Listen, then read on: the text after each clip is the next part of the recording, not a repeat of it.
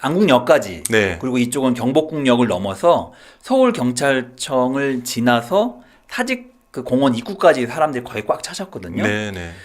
제가 봤을 때 그렇게 많은 분이 모인 건 저도 최근엔 처음 본 것 같습니다. 지난 여의도에서 우리가 탄핵 소추한 날 12월 네. 14일 네. 그때도 많이 모였잖아요. 네. 그때보다 더 많이 오신 것 같아요. 그럼요. 우리는 이제 당장 지역에서 오신 분들 저 규모 숫자를 좀 저희는 당연히 세볼 수밖에 없잖아요. 그렇죠. 네. 그때보다 훨씬 더 어제가 많이 오셨어요. 저는 대부분의 국민들이 지금 대한민국의 압력밥솥 같다는 느낌이 들거든요. 압력밥솥? 그러니까 엄청 부글부글 끓고 있어요. 네. 겉으로 내가 막 SNS에 표현하지 않아도 이 마음이 내적으로 엄청 막 열이 계속 올라오는데 네. 그거를 한 번씩 빼줘서 해소가 돼야 되잖아요. 근데 계속 윤석열의 만행이 계속되잖아요. 막 네. 구속을 안 하겠다고 버티니까 구속이 막 안 되고 네. 말도 안 되게 막 탈옥하고 그런데 이게 이 구멍을 딱 열어줘서 쫙 나가야지 사람들이 한숨을 쉬는데 그거는 오직 파면만이 답이거든요. 근데 그 전 만약에 파면이 안 된다. 그러면 이거 계속 끓으면 어떻게 됩니까? 터지는 거예요. 그렇죠. 진짜 수천만의 국민들이 막 후라이팬 뭐 이게 뭐 국자 다 들고 나오죠. 약간 되게 부글부글 진짜 끓고 있다. 네. 이런 게 너무 느껴집니다. 걱정은 이제 이 상황이 길어지면은 네. 소위 우리 대한민국에 대한 신용평가가 어떻게 될지. 그렇죠.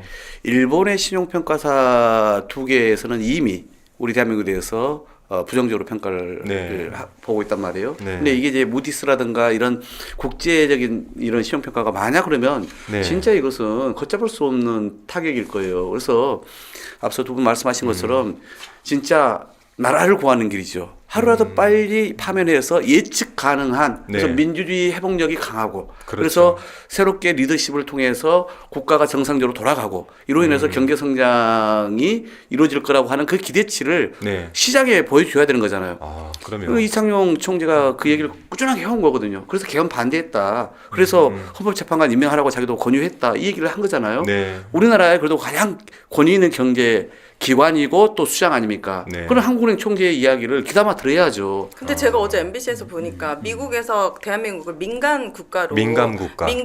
네. 분류했다면서요. 근데 이거는 바이든 정부 때 실행했던 조치인데 비상계엄의 이유도 포함되어 있고 근데 외교부에서는 이거를 모르고 있다가 어떤 질의 때문에 알게 되는 상황? 네.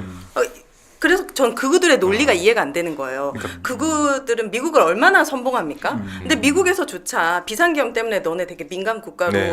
분류시켜. 그런 거 하지 마라고 네. 하는데도 불구하고 윤석열 탄핵을 계속 반대하고 음. 계엄을 옹호하고 이게 어떤 논리가 없는 약간 사이비 종교 같은 집단이라고 생각하거든요. 네. 이 민간 국가라고 하면은 흔히 그 나라를 너희는 요주의 대상이야. 네. 이렇게 이제 지정을 한 건데 됐다면서요. 네.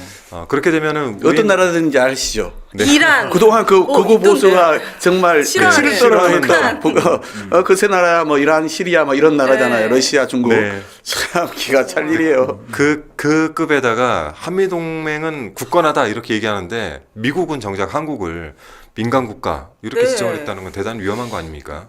미국이 민간 국가를 지정한 데는 크게 두 가지 좀 배경이 있었다고 이제 분석을 하는데요. 네. 첫 번째로는 이 소위 말하는 윤석열과 그 국민의힘 의원들이 무책임한 핵무장론을 계속 펼쳤습니다. 맞아요. 윤석열. 사실은 그게 만들어낸 외교 참사라고 저는 생각을 네, 하는데요. 네, 네. 윤석열이 2023년이었나요? 그 미국에 네. 갔을 때도 네. 한국은 1년 안에 핵무장이 가능하다 뭐 이런 네, 식의 네. 이야기를 했고 그리고 많은 국민의힘 정치인들이 핵무장을 이렇게 강조하고 이야기를 했습니다.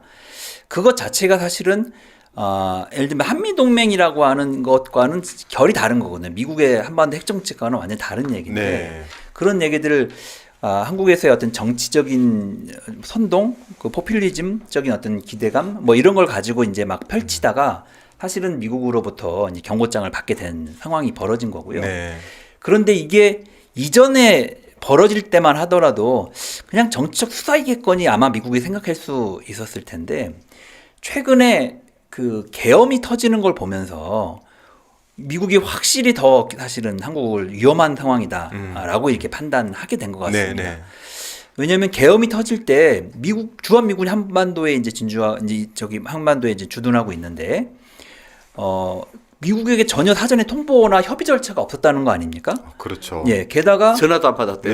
네. 예, 주한미국 대사가 외교부 장관 주요한 인물들에게 전화를 했는데 네. 전화를 안 받았다는 거 아닙니까? 음. 미국에서 굉장히 충격을 받았다는 거예요. 왜냐하면 그런 사안 주한미군이 존재하고 있고 어떤 이 불가피한 자기 미군들의 예를 들면 전쟁이 군사적 충돌이나 이것이 발생할지도 모르는 이런 상황이 벌어지고 있었기 때문에 그런 일을 벌이는 이 한국 정부, 윤석열 정권 그리고 국민의힘의 이 정치 세력을 좀 보면서 이전에 이자들이 이야기했던 핵무장론이 그냥 말로만 그치는 게 아닐 수도 있겠다라고 하는 저는 확신을 갖게 됐다고 생각을 합니다. 예, 신뢰할 수 없다고 봤고 그동안 이 한미동맹을 강조했던 소위 말하는 한국의 보수 세력이 한미동맹을 파탄시켜내는 그런 결과를 지금 가져온 것이다. 네. 이자들은 이제 보수가 아니라고 봐야 됩니다. 이제는 네, 이제 네. 구구 세력이 됐다고 보고 그것에 대해서 미국이 평가한 것이다라고 이제 판단할 수 있겠습니다. 앞으로 이제 이 또한 이제 우리한테 어떤 영향을 미칠 것인지를 냉정하게 분석을 해야 되잖아요. 네.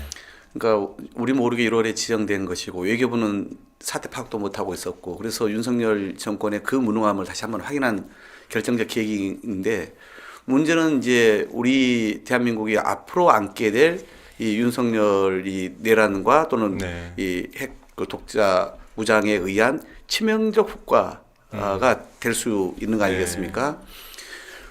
외교 관계에 있어서의 미국과의 관계나 또 다른 나라의 관계 문제에도 영향을 미치는 거지만은 경제 측면에서도 앞으로 염려가 많이 되잖아요. 그럼요. 보수가 민만 열면 원전 수출 얘기를 했는데 네. 그게 미국뿐만 아니라 다른 나라의 관계에서도 이거 이제 오히려 더 심각한 장애를 겪게 될 거고요.